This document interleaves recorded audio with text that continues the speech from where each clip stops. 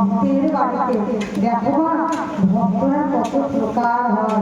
আমার গৌরীতাই এসে ব্রজবাসীর তারে দাঁড়িয়েছে ভিক্ষা করার জন্য। সেই বাড়িওয়ালা এত ভক্ত, এত ভক্ত, এত ভক্ত, সারাদিন সে কাজে ব্যস্ত থাকে।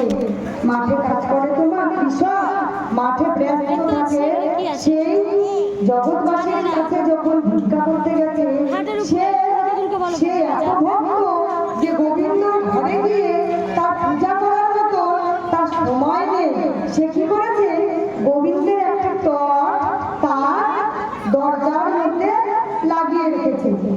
লাগিয়ে রাখার পর সে গোবিন্দকে বলছে যে গোবিন্দ, তোমার ঘরে ঢুকে পূজা করার মতো আমার সময় নেই, তোমার সাথে বেশি কথা বলার আমার সময় নেই। আজকে তুমি যদি সময় দিতে ঘরে বসে তোমার নাম করতাম। আজকে আমি সকালে উঠে চলে যাই কাজে, আসি রাতে, সেই সন্ধ্যাবেলায় কাজ থেকে আসি। কি করে আমি তোমার সেবা দেব, তোমার নাম করবো, তোমার ঘরে গিয়ে তোমাকে ডাকার মতো সময় লাগবে? সেই সময়টাও আমার নেই গোবিন্দ।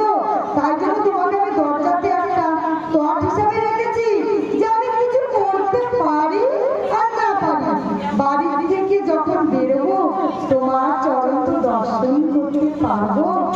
আর যখন সারাদিন অন্য সংসারের কাজ করে বাড়িতে ফিরবো, বাড়িতে ফিরে